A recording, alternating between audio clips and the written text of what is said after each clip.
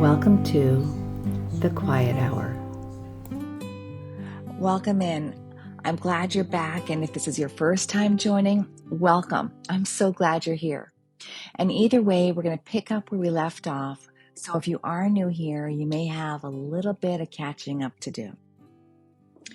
The rest of us, we've had a little bit of time. We've had time to let the truths that we now see, the truths of our authentic, essential selves, settle. We've had a little time to let them breathe, to let them find their shape. But settling isn't the same thing as evaluating. We haven't actually held our lives up to that light, up to those truths yet. We haven't turned our past choices over in our hands to really look at them. We haven't looked at the patterns that we keep repeating, or we haven't examined the way we're actually living in the light of what we now know. So now it's time we do just that. And this, I'm sorry, I felt it too, and it's made me wince. But it's time we evaluate the truths we've excavated and to see where our choices are true to us, where they align, and also where we may have drifted.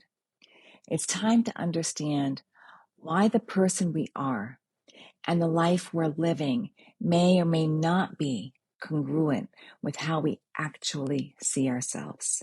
Why our lives may not reflect what we keep saying that we want, the relationships that we want, the relationships with our families, our friends, our partners, the fulfilling work, the health, the abundance, the freedoms. It's because there's been a disconnect. There is who we are at the core, the truth of us, and then there's the version that's been shaped by our choices. Sometimes we are living as the person we're meant to be or become, but other times we're living as the person we simply defaulted into, the one that was shaped by what was easier, what was rewarded, what kept the peace, what may have kept us feeling included or kept us feeling safe or from being alone, what kept us from feeling too much. And sometimes, let's be honest, we're just living as the person we pretend to be, the one we perform publicly while privately living in ways that contradict everything we say we value. When we present ourselves as kind, but we can be hurtful or mean to someone behind closed doors, or talking about people behind their backs, or cutting others down in private, or treating people closest to us with a cruelty that we'd never show in public. Or when we are polite to the people we want to impress, but then we snap at the waiter, or we lose our patience or get angry at someone in customer service because we're frustrated or tired or inconvenienced. Like when the line is too long, or we had to sit on hold, or someone is just not getting it. They're not getting our stress. These actions reveal a truth our public persona would never admit. We'd be embarrassed if anyone saw us this way. Remember, it's easy to be kind and patient and understanding when things in our lives are going well. Who can't do that?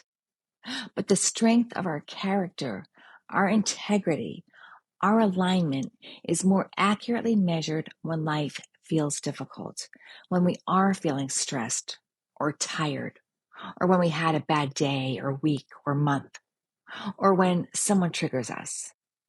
Then there's the person who hides behind their religion, their politics, their values, while privately living in ways that contradict every principle they claim to stand for. Preaching compassion, but withholding it. Preaching integrity, but abandoning it. Preaching dignity while denying it to others. These aren't personality traits, they're choices. They're choices. And they tell us something important. The self that we show the world isn't always the self that we live with. And once we see that, once we see the gap between the performed self and the lived self, we can finally look honestly at the choices that created it. Because alignment doesn't begin with judgment. This isn't about what we're doing. This is not about judgment. We are talking about recognition. Recognition of the ways we've drifted, the reasons we drifted, the things that felt easier or safer or more acceptable than being true. And this is where values come in. Not the values that we claim, not the values we post about, not the values that we inherited or absorbed or we're praised for. I mean the values our choices reveal. Because the truth is, we don't live from our stated values. We live from the practiced ones. And sometimes those practiced values are nothing like the ones we believe we hold, the ones we want people to see. Sometimes we say we value honesty, but when it's convenient, we lie. Or we say we value kindness, but we're sharp. We're sharp with coworkers or our children or our friends, the people closest to us. Sometimes we say we value compassion, but we withhold it from people we don't like or don't understand or don't agree with. Compassion isn't given to everyone. Sometimes we say we value our family, but we choose work or distraction, escape, presence over them. We say we value our own health, but we choose comfort over care, numbing over nourishment. And sometimes we say we value truth, but we choose the story, the one that protects us, over the one that frees us. These aren't failures. They're simply the evidence of where we've been living from, our patterns, our habits, our personas, our survival strategies. And this is the part that stings, not because it's harsh, but because it's honest. Our lives are shaped by what we choose, not by what we say we value. And when these two don't match up, we feel it. We feel it in our relationships. We feel it in our bodies. We feel it in our work.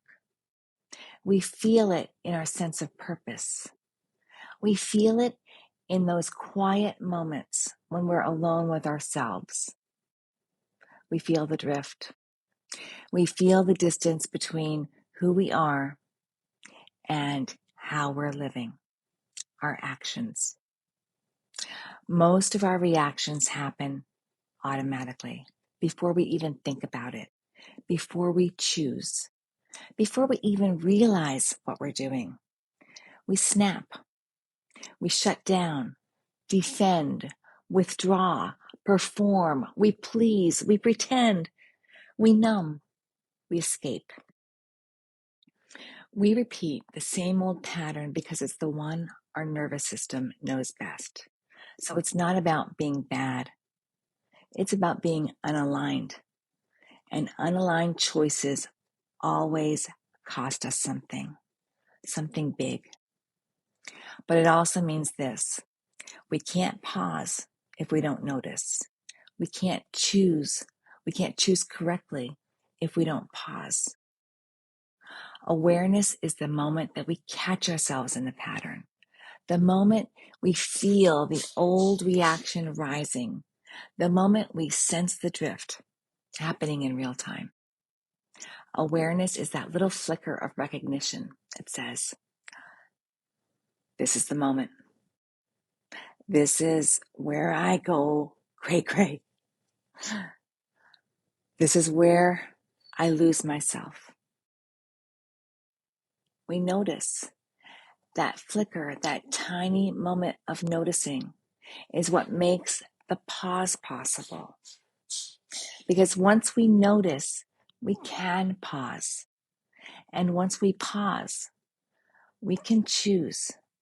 We can choose correctly. From here, we can return to ourselves.